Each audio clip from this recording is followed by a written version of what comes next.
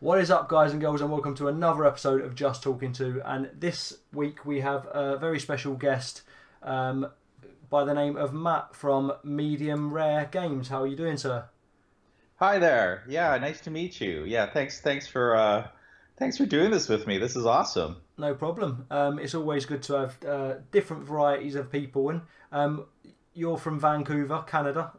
Yeah, Vancouver, it's Um, beautiful uh, here, and it's a great game development community. We have a lot of game developers here. It's really awesome. yeah, I mean, that's my place. If I could move anywhere in the world, it would be Canada. Yeah, it's I'm, I- lovely. I'm not su- I'm not sure exactly where in Canada, but in Canada anywhere. I've heard they're really nice in Canada, unless they're playing hockey um, Yeah. or what's the other There's one? there's maybe yeah, definitely hockey can get you a little rough. Um, some of the there's Overwatch is really popular here, so there's some Overwatch players that will mess you up, I think, Yeah, if you go up against them. But yeah, generally this is a very nice place to live. Like I love to travel. Like I go around the world and visit great places. But also, it's one of those things like this is home and you feel like, oh, it's so nice to be back here. It's a very chill country, and I mean that in both senses of the term. yeah, It's like people are really nice, and it's one thing. It gets kind of cold in winter here, so yeah. But that's I like cold. I prefer it cold rather than really hot. So yeah. another random question. I can't remember who it was now, and I think it might have been on one of the episodes of the show. I might be wrong. But someone said to me, oh, actually, it was on the Grief Burrito episode. One of my good friends has. He said to me that in Canada, maple syrup, they have taps in trees. Yes. That's It's actually a thing. it's kind of a thing. If you go to mainly the province of Quebec or like Ontario, where they have the maple trees, they'll go out and they stick a tap. I think it's in the fall. They do it. Maybe it's the spring. I'm not an expert on this. They stick a tap in the maple tree and like syrup or what it is they use to make the syrup comes out. And the interesting thing about maple syrup is I think Quebec produces something like 90% of the world's maple syrup. So I was thinking if maple syrup was oil, right? First, the world would be a lot better place. We'd Yeah. be kind of all fat, but it would be delicious, right? Because we'd eat all this maple syrup and we'd all be so rich here in Canada because What? we Why produce. is it? Why is it though? Um, if it's such a great thing, why are the trees only over there? Yeah, I don't know. Yeah, that's a really Like good. why haven't someone gone and taken some seeds and planted them somewhere else? Yeah, I don't know. I wonder if maybe the climate contributes to, because I assume it's maple trees. You're talking to a Western Yeah. Canadian where we To don't be grow fair, it. Live in you're Yukon. closer to it than I am. I have no idea. I just literally got told on the show. But literally, the province of Quebec is like this beautiful, wonderful place, right? It's like kind of this incredibly French place in like Western, in North America, right? Yeah, And they have this amazing culture there, and part of it is, I believe it's called in French they call it a cabin à sucre, which is like a sugar shack. And these are these like little maple syrup places you go as like a tourist, and they really take you through the whole process of yeah. making maple syrup, and you get to eat it, and they pour it on snow, and you get to eat it. It's really, really On amazing. snow, you Yeah, eat it well, off because the like snow. they pour it out, and then I guess it's hot, so like there's some process where they boil it or something. They Right. pour it out onto the snow, and it kind of like freezes, and then you kind of eat it, and it's literally like pure sugar, right? It's like candy. Yeah. So yeah, it's one of those things. I guess if you're a tourist in Canada in the wintertime or in the fall, or I don't know, you need to use the internet. Look this up.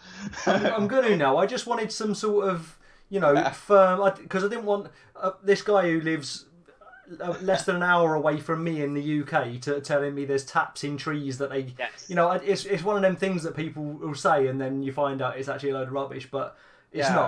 not. It's like my friend from Australia told me there are drop bears that fall out of trees and like land on your head, and they have to warn people about them. And I had a feeling she's putting me on. You know what I I've mean? heard that. I have heard that. I know. I was I like, have heard that. now, So now maybe you have to come here. We'll check out the maple syrup tap trees, and then we're gonna fly to Australia and go yeah. verify the drop bears. We So need you, to we need to wear helmets though, yeah, absolutely, hard yeah, hats. Yeah. Okay, so moving on to your should we say project? Yeah. FlareWolf Games. Yeah. Tell us a Yeah. little bit about that. So FlareWolf Games, we're an independent game company. We started up in December, and we were making this. It's like a four-player local multiplayer party game called Medium Rare. And so what happened was, I had another company that we were. It was like more typical. Like we had people funding us, and we were making mobile games for kids, and it was great, right? But then business things happen, and last November we had to close that company down, and it was extremely like sad. We were about 20 of us.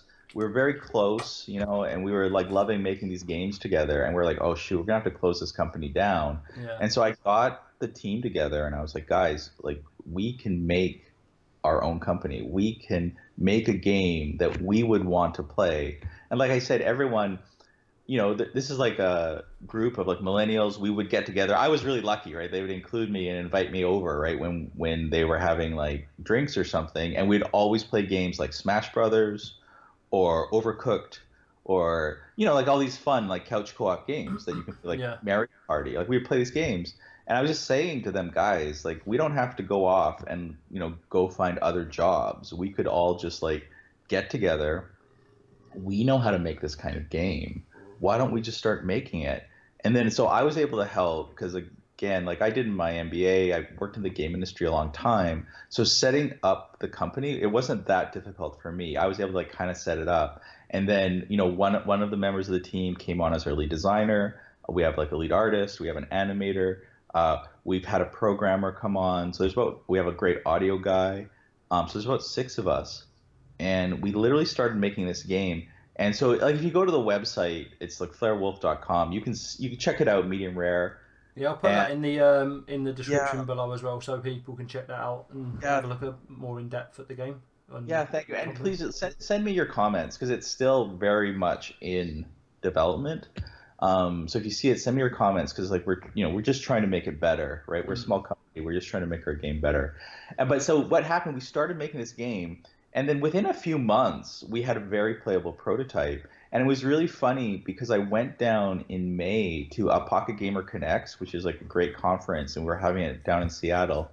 And I was showing it to people, and people were like, "Oh, how long has your company been up?"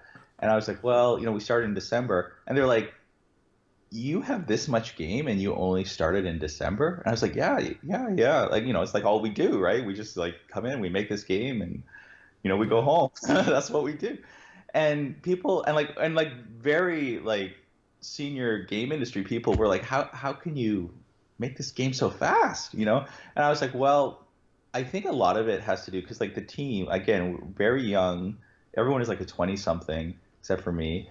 Everyone's a 20 something, and like they're recent graduates. We have this great school called Vancouver Film School. Most of them come from there, so they're really well trained. They know Unity really well. They've had great training in process and like game design and stuff like that, and they're just so motivated that everyone is just like working like really hard, really passionately. There's not a lot of big changes in direction. Like we just did a focus test, and yeah, we got feedback, and there was clearly some problems like with this new mode. We're putting in a co-op horde mode into the game.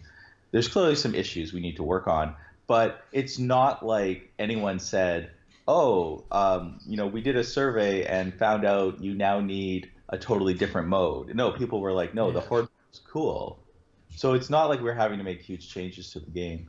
And then a lot of it is the passion and the energy of the people, because like when you are working with like people that are like, oh, they're just, they've been playing games as long as they can remember. They just like got out of school, and they're getting a chance to like work on a game. They're very, very focused. Like Yeah, it's it's a inspiring. dream job, isn't it, for some people, Yeah, especially at that age. yeah, it's inspiring for me. And to be honest, it's like a dream. It creates a dream job for me, right? Because you'll hear about employers like, oh, you can't find good employees and blah blah blah. And it's like, well, you know what? Maybe that's the employer's fault because Yeah. if you really could like motivate, give people something to care about, yeah, they're like all this passion comes out, and so it's been really really great.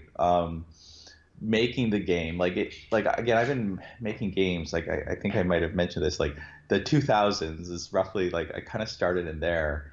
And again, people, in the audience will know this. Like sometimes making games can be like it feels like a slog, right? Like it's like, oh my God, this will never finish, and Yeah. it's really hard, and things don't work.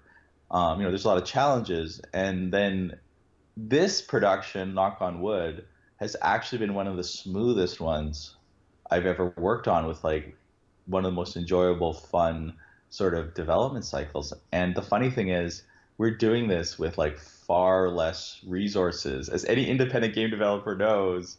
Um, Yeah. it's you're always like, just like, how do I keep it going, right? And so that's the one thing I would say to people out there, if they're either running a game, they started their independent game project, their game company, or they're thinking about it. um, the founder, or whoever it is, like, the person sort of like trying to make it all happen and get the team together, you'll spend a lot of your time just making sure the bills get paid. That's on my mind constantly. Yeah. I have sleepless nights about it. I work. Because you've been I through it all before, you don't want to. Yeah, like, Yeah. like there's a lot to it, but I'm honestly like really happy doing it, and it is really inspiring. I tell the team that like they can't fail. I won't let them fail. And what I mean by that, we're making like this really nice game, right? And so at the end of the day, we'll put that game out. We've been accepted as Steam developers and also Xbox developers. So like the game is going to come out, right? And what I tell them is like, look, don't worry about sales and like all that stuff. Don't worry about it. Let's make a really nice polished game that we can be proud of, because like that will go into our portfolios, right? Yeah. And they're going to have that forever. And to say that like they came out of Vancouver Film School and immediately made a game, and it can go out and it's going to be out on Steam, and we know it's going to be out at Xbox. We've applied to the other platforms too. I'm sure it's just a matter of time, right? But to say that at where they are with their careers, it's like it doesn't matter. No. I'm sure hey, millions of people will play the game, right? Well, But that's the hope, isn't it? yeah, that's the hope. But it's not critical that that happens, right? What happens is like we've shown, right? Like, yeah, we didn't need like some, huge company behind us. We didn't need, a lot of other people telling us what to do, right? We could figure this out. We could do it, right? And it'll look really good. Like, 'cause I think already the game's very cute. Um, it can always look better. We're gonna keep polishing it and making it look better. Yeah. But the point is, like, there's no downside for the team in this. Like, right now they've got a great job. Um, and at the end of it, they're gonna have a great game, and hopefully, yeah, we'll be able to fund more games, right? Yeah. Based on and So grow the team. Yeah. so you've gone from previously making mobile games, and Yeah. now you're making console games. But did you say there was like a spin-off of a Yeah. Yeah. So yeah, mobile game as well? that's interesting what happened. So there's a big mobile game community here in Vancouver. So that's a big thing right now. But most of the game developers here, we actually there's like so many indie developers. So we're playing games on Steam, and we're playing like a lot of console games. So like at my company, at my old company, we were all playing more like indie games, right? Mm. So then what happened was we started the new company, and we're like, let's make what we love. So we started making like basically medium rare. It's like a PC game slash console game, right? Yeah. And then what happened again? I was down at Pocket Gamer Connects, and I was meeting with all these like mobile game developers, mobile game publishers, and they were like, "Oh, medium rare is really cute. Why don't you do it for mobile?" And so again, like you meet great people in the industry, and I met one of the publishers. Like literally, we were just having a conversation, and she was like, "Oh, this is really cute. I think you guys should make this for mobile." So I went back to the team, and I was like, "Hey, we did get all this feedback. Why don't we just like take a couple weeks and just make a quick mobile prototype, and see, right? See what we can do with it." So we made this mobile prototype. We just called it Medium Rare Dragonflight, and we put it up on the web page. And it's really interesting. Like it opened all these doors Yeah. that kind of weren't open before, because then, yeah, mobile publishers started talking to us, and we don't have a publisher yet, but there's some that are like seem very interested, and the idea that we have this kind of console game and they has these cute characters and we can maybe make one or more mobile games out of it. They're really interested. And so, and we didn't have a console publisher either. But what happened was, because of the sort of the notice that we got from the mobile game, some console publishers kind of got in touch with us and were like, we don't do mobile games, but we noticed you have a console game. Would you be interested in talking to us about that? And again, like we haven't made any agreements with anyone. We're just having some conversations. But it was really interesting to me that, okay, we started making one thing, and then now we're sort of dipped our toe right into the mobile waters, and it's sort of created a lot more focus for both titles. Like it really, really helped. So like it's a very interesting like lesson for me. Like I'd never seen that happen before. What my takeaway is, and again, this is what I would tell developers if you're out there. First of all, going to those conferences is really, really helpful. So if you can go to, like I went to Pocket Gamer Connects, but there's like, there's lots of them going on in Europe, the UK, like North America, Asia. And the trick is like you never know who you're going to be talking to. And literally a lot of the connections I made that have now sort of become these like potential business partners, I didn't formally meet them. I was just like, I was in the elevator and started talking to this person, or like we were at the Mixer event and, we were just stuck in line together and we started talking. So, video game people, we can be a little bit introverted and a little shy. And my advice is just be very, very like kind of aware, like just say hi to everyone, talk to everyone, because it really opened a lot of doors for us. And the second thing is that, yeah, if you can kind of like take your game and present it in other formats or on other forums, you kind of don't know what doors that will open. And it's been like a huge learning experience. Like maybe, like maybe we do medium rare and a whole bunch of mobile titles too using those characters. I don't know yet, but that was not part of the original business plan. It was something like we learned along the way. I'm really glad we did it. So I mean, you found a sort of, I don't know, a stream, if you like, a river that you can just sort of, you found yourself, you followed your initial plan, and then you've got to this place now where it's just sort of happening.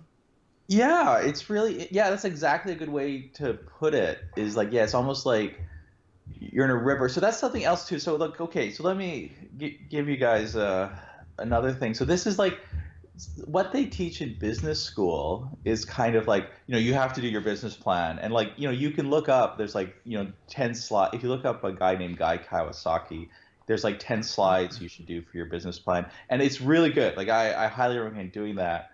But what I'll find out is you have to be very open and like very like I use the word opportunistic, but in a good way, because like we've deviated a lot from our business plan that we set up in December. Like, we're in a different world here where, we have our console game, but yeah, we're definitely like looking very hard at this like kind of mobile side of things.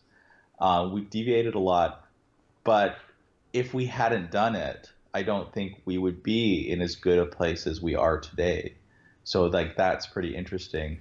So with you being on the Xbox development teams, what does that mean for you? What does, like, I've never spoken to, I've spoken to a couple of developers, but I don't think I've spoken to one that's got into an Xbox development team. That's quite a big deal, right? Yeah, no, it's awesome, and this like it's a learning, right? It's a learning experience.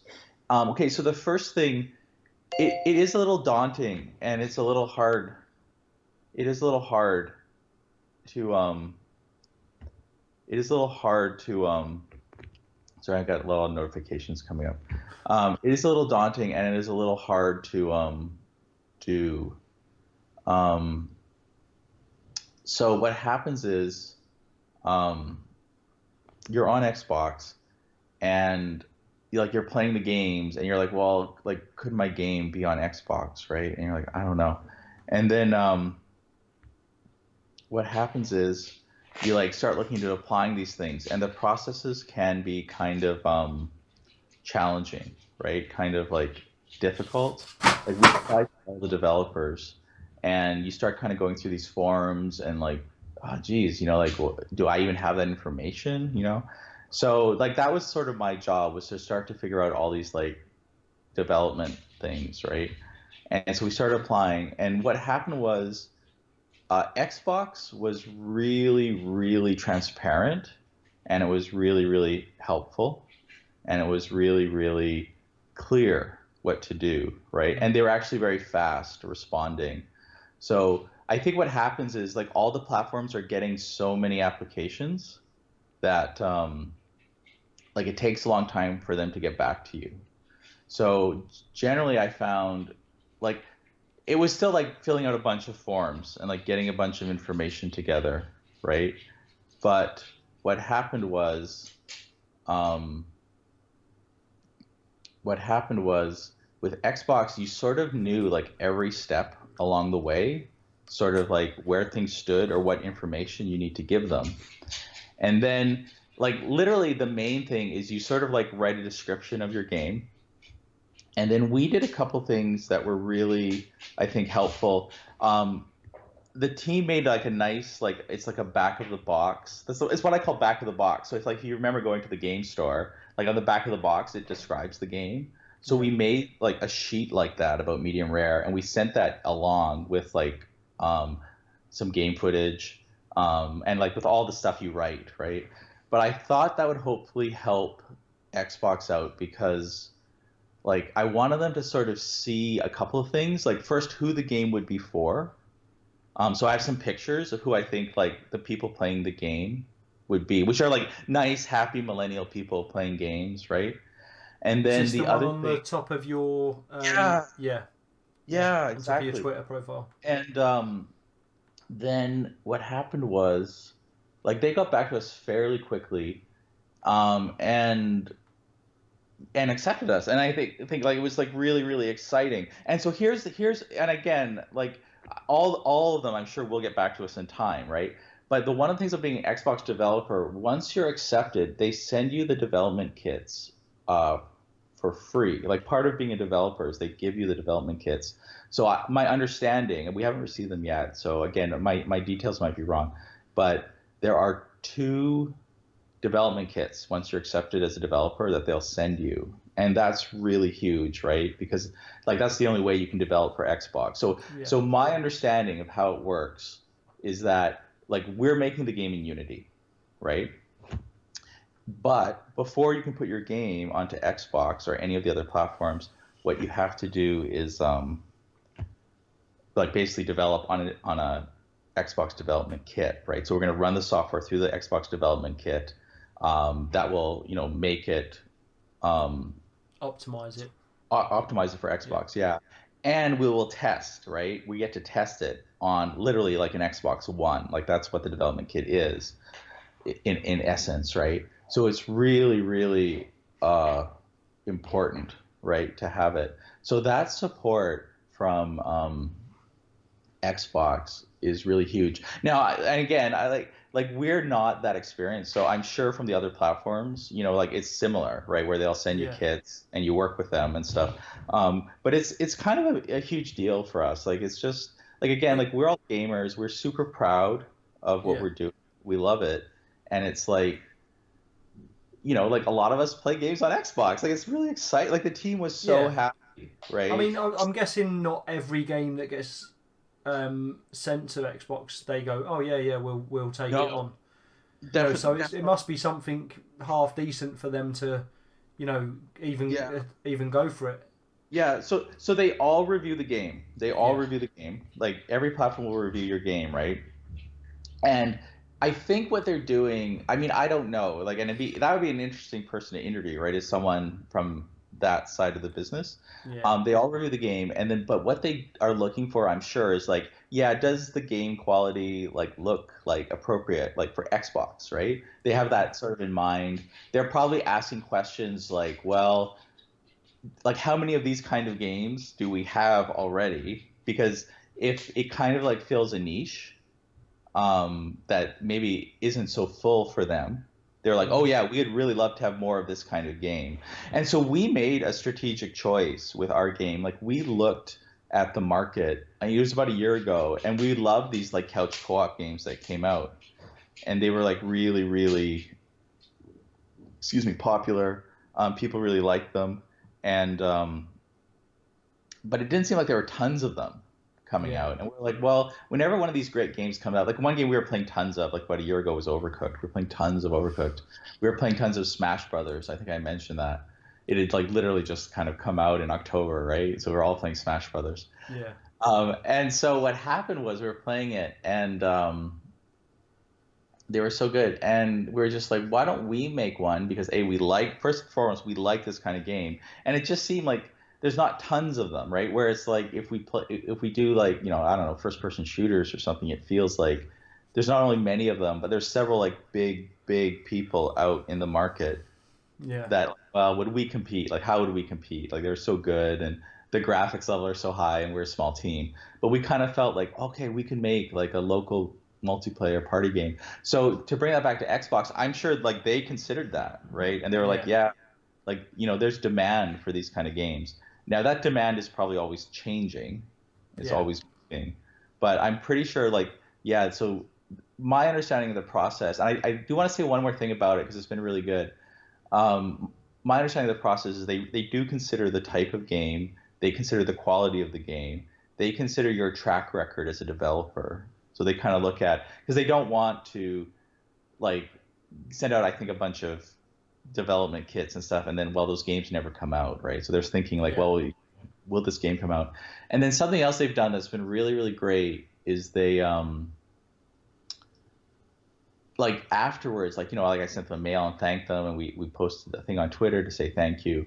And they've been really, really responsive. Like I've had some questions and stuff for them, and they've been like extremely responsive and extremely helpful, Yeah. like giving timelines, because there's agreements and stuff that you have to sign. So like we're kind of waiting for those, but they're like, it'll take about this many days. So I mean, I'm just very pleased like with the experience. So like shout out to them. Because I think it's, like these big companies sometimes will get, people can say They mean get things. slaughtered. Yeah. Yeah. Yeah, people beat up on them, and then I was like, when you have a good experience, maybe share it, because Yeah. like my sense is they are really passionate about putting games onto Xbox, and really happy to do it and happy to help. Yeah. Okay. So one last question before we move on to the personality questions. Is there a release date or something in sight? Like, are we aiming towards a certain sort of time, or is that? Yes. Good question. Okay, so the plan has been to release in the fall of 2019. We're thinking November. So it's quite close. Pretty close. Now the reality is, I mean, this is the great thing, like, because we don't have a publisher yet, and we're talking to people, and like maybe we're going to just release ourselves. The fact is, we could, like, based on the feedback we get, be like, no, we need to polish some more, or we need to do some more stuff. Yeah. Okay. Obviously. Yeah. So yeah, but the release dates we picked was we picked November 26, 2019. And are you looking good for that at the minute? We are, like, we could Yeah. release then. Again, I think what we're gonna do first, though, like, we haven't put up our Steam page yet, so because we just got accepted as Steam developers, so we're gonna put up a Steam page, and I think when we do that, we're gonna reach out to the community and be like, hey, tell us what you think, right? And based on that feedback, we'll be like, okay, yes, we're doing it, or we might be, no, we're getting a lot of feedback that, like the game, like, what does the game have? We have a deathmatch mode, 4-player competitive deathmatch mode. We have a 4-player competitive gauntlet mode where you go through multiple levels, like battling, but it's like continuous. Yeah. And then we added, we have deathmatch, gauntlet, and we've added a horde mode. So there's a horde mode. So that's a co-op mode where like you kind of battle against AI. So there are certain things we don't have, like we don't have a story. Yeah. We don't have online multiplayer, right? So that's where I'm kind of like, well, will the community see the game and be like, hey, we really like where you're going with this, but we kind of expect these other things. And if that's the case, I would say, well, then let's build it. Or they might say, no, we just want the game now. And if people say that, I'd be really happy to like give them the game. In my personal opinion, I like a game with a story. Mm-hmm. So that's my feedback from what I've heard. So that if once it comes out, I've got Xbox, I've got my PC as well. So I'll be happy to have a look at it as well. I'll give it a go and certainly give you some feedback. But yeah, I prefer a game with a story in that. So you said it's 4-player. Is that does it have to be 4 players or? Oh no. So you can have computers. It's 1 to 4 players, right? And it has bots as well. So if it's just 2 people, you can play like head to head. But there's also like player controlled or player bots, right? So if you want, there's only 2 of you. Against computer. But you want 4 in the match, the bots will do it. So yeah, it's 1 to 4 players. It is only local multiplayer right now. Yeah. And like that's one of those funny things. We did that deliberately because of scope. We were like, oh man, if we do online multiplayer, it's gonna probably be another year of development, right? Yeah, but I mean, a lot of games now they come out unfinished anyway, don't they? Yeah. So that's the thing too. We might do it as a Steam early release and then like continue building online multiplayer. That's definitely on the table. Yeah. We need to like look at that harder. Like this is one of the challenges too. Like as a developer, you're just like trying to make the game, right? You're working hard. You're trying to make the game, and then there are all these like really hard, like these are like strategic questions, and we're gonna try, but it's like we were talking earlier about your experience as a streamer, right? And you're just like, well, you're doing it, right? Yeah. And you're learning as you go, and there's gonna be some mistakes made along the way, but you just get better. Yeah.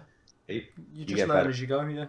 Yeah, and that's exactly what we're doing. We're just sort of learning as we go, and hopefully, we make enough of the right decisions. We're definitely going to make mistakes along the way, but hopefully we make enough of the right decisions that we are then, able to succeed. And like my personal goal with this game is, like I said before, let's just put out a great game that we can all be proud of.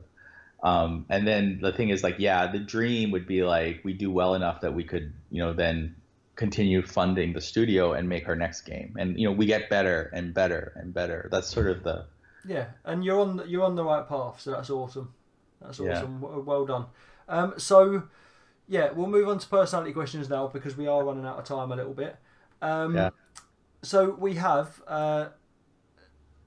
numbers between 1 and 350 for you to pick, sir. Yeah, I remember this. Well, let's pick... I want to pick like a number maybe people don't necessarily pick so much. So how about 276? 276.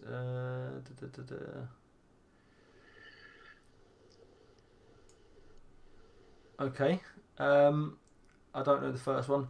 Gigi Hadid. Gigi Hadid. I don't know who that is. You can Google it. Yeah, you can Google it. Kendall Jenner. Gigi Hadid is an American fashion model. There you go. She's very beautiful. Kendall Jenner. I know who Kendall Jenner is. And then you've got Cara Delevingne. I think that's how you say her name. Kendall Jenner, yeah. And Cara, C-A-R-A. Cara Delevingne. V-I-D-E-L-E. Everyone's so beautiful. Well, then easy to pick then. You can either go kiss, marry, kill, or you can go snog, marry, avoid. If you don't want to kill anyone. Snog, marry, avoid, kiss, marry, kill. Okay, so they're all so gorgeous. Kiss, marry, kill. Well, I don't know. I think Cara, who I know nothing about, looks very lovely. So she's like a lovely person. I would like to marry her. Okay. It's like ridiculous, but marry Cara. Yeah. Okay. Kendall, very, very beautiful woman. Looks like she'd be a wonderful kisser. And I'm not. I can't kill anyone, but Gigi looks lovely. I would take her for coffee. Is that okay? Yeah, okay, you can take her for coffee. Is that allowed? There we go. Okay, right. So then the next one is describe yourself in 3 words. So they don't have to be a sentence, just 3 separate words. 3 separate words. Okay. Focused. Focused. Okay, good one. Energetic. And passionate. How about those 3? Focused, passionate, energetic. Yeah. 3 good words. And finally, for the personality questions, we have 2 games. Any games you like, but you can only play them for the rest of your life. You're not allowed to play any other games. Yeah, I remember this question. Yeah, okay.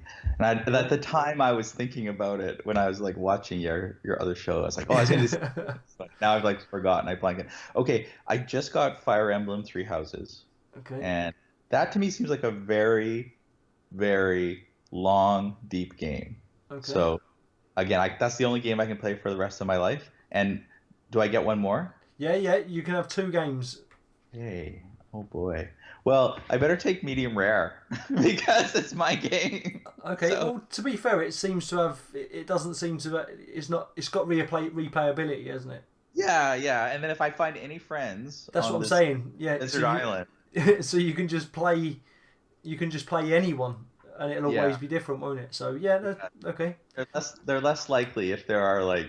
If it's like the Lost Island where there are scary people, maybe I can befriend them using. You're not lost on an island. Okay. You're still in Vancouver. You just can't play any other games.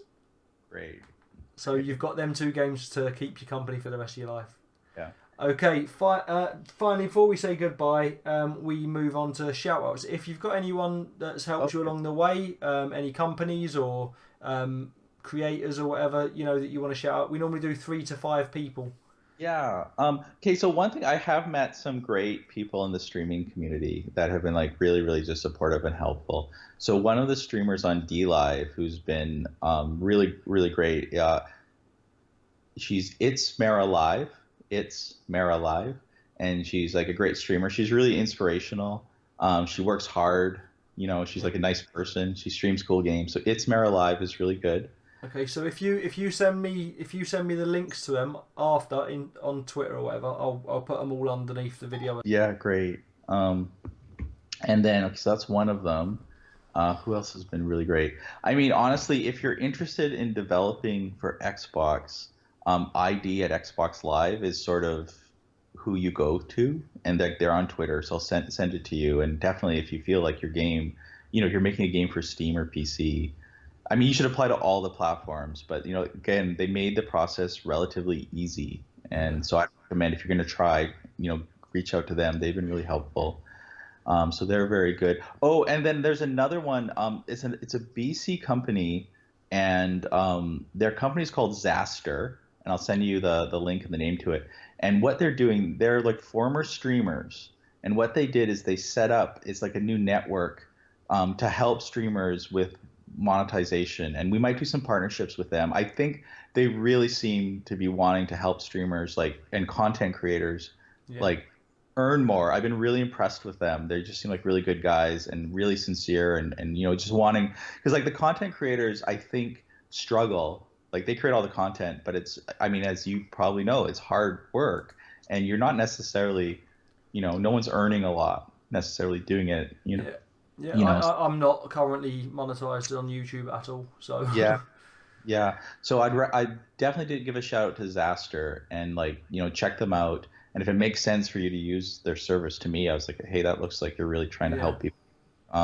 So those would be my 3. Okay, cool beans.